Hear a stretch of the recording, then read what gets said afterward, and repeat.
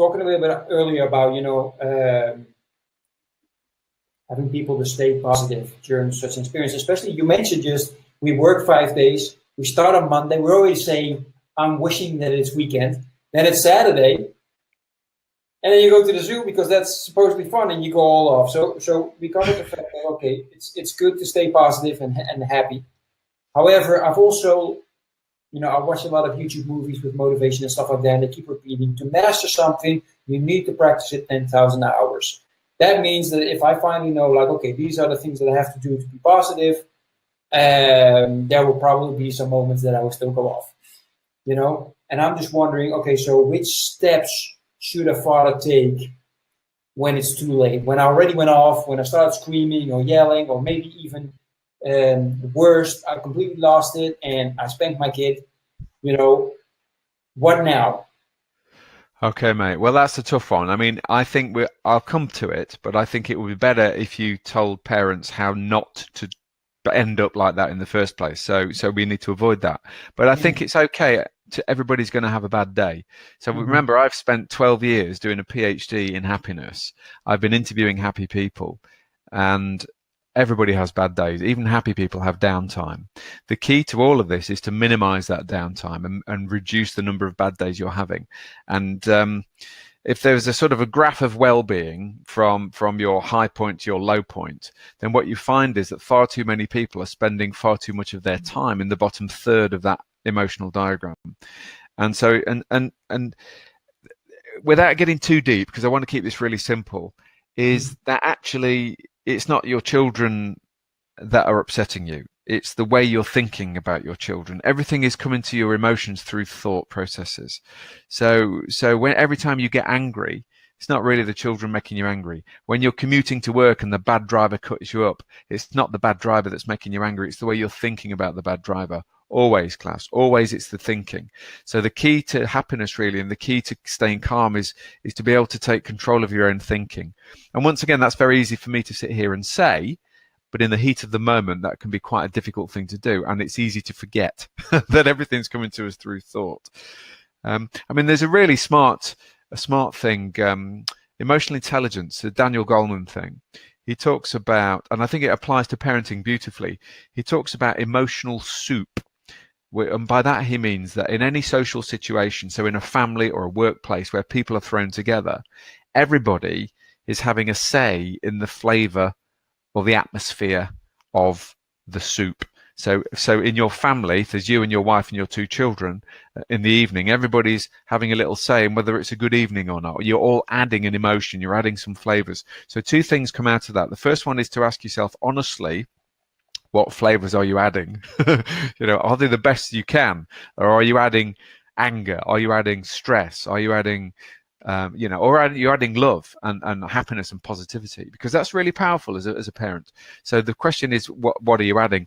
And the second thing I think is really interesting is, in a family situation, who has the biggest say in the flavor of the family soup? And a couple of arguments on this one. The first one, obviously, is the parents, because they are the adults. They are having a bigger influence on the flavor. However, when your children get older, there is a line of thought that says a teenage daughter has a very, very big impact on the emotions of a family. So actually, have you got a girl? No. Okay. Because when they get to be about 14, the girls can kill the whole thing, man, with a mood. A teenage girl in a mood is a very difficult one to change. So they have a really, really big influence. So all the dads listening to this, if your teenage daughter is angry, that's a difficult thing to cope with. But also linking in with the emotional soup, because I love the emotional soup, because it begins to, I have to point the finger back at me and ask myself honestly, okay, when I go through the door in the evening, what flavors am I adding to my family? Am I adding good or bad? And that ties in with another theory called the 4-minute rule, which is, I heard it from a guy called Steve McDermott. And the 4-minute rule basically says that it takes about 4 minutes for other people to truly catch how you feel. So your emotions are what we call an open loop. So you are an emotionally contagious person. You cannot not have an impact on people. So what that means is, when you come home from work, is you've got to make sure the first 4 minutes are really super positive and really upbeat, and the rest of the evening then will take care of itself, because you as the parent have added some brilliant flavors in that first 4 minutes. So, and if I give you an example of what I did when my kids are big now, but when they were small, I used to go home like all the other parents, fall through the door exhausted, ask my kids, how was school? They would say, boring. I'd say, what did you learn? They would say, I can't remember. And that was the end of the conversation. Yeah. And that was an epic failure on my behalf. So I thought, okay, emotional soup, 4-minute rule. Let's do it differently. It's not my kids' fault that Dad'd asking such a shit question. So I went home, and when they were little, and I said to the kids, I bounded through the door with lots of energy and real positivity.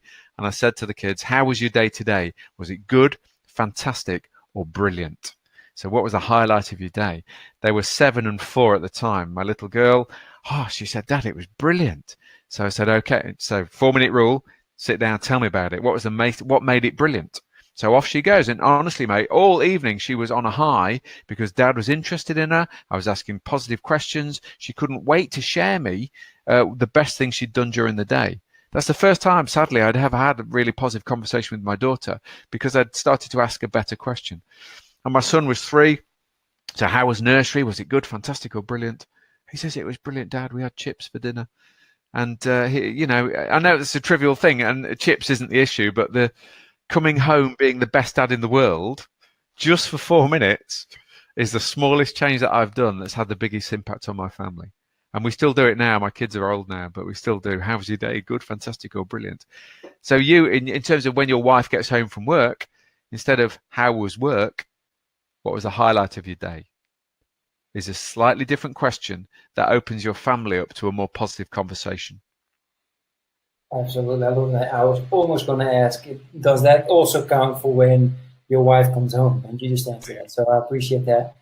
But if you compare that class, if you just go the opposite very quickly, you need to understand that for about 10 years in my marriage, the first 10 years of our married life, I did the opposite. I didn't know any of this. So my wife and I would have a competition every single night to see who's had the worst day.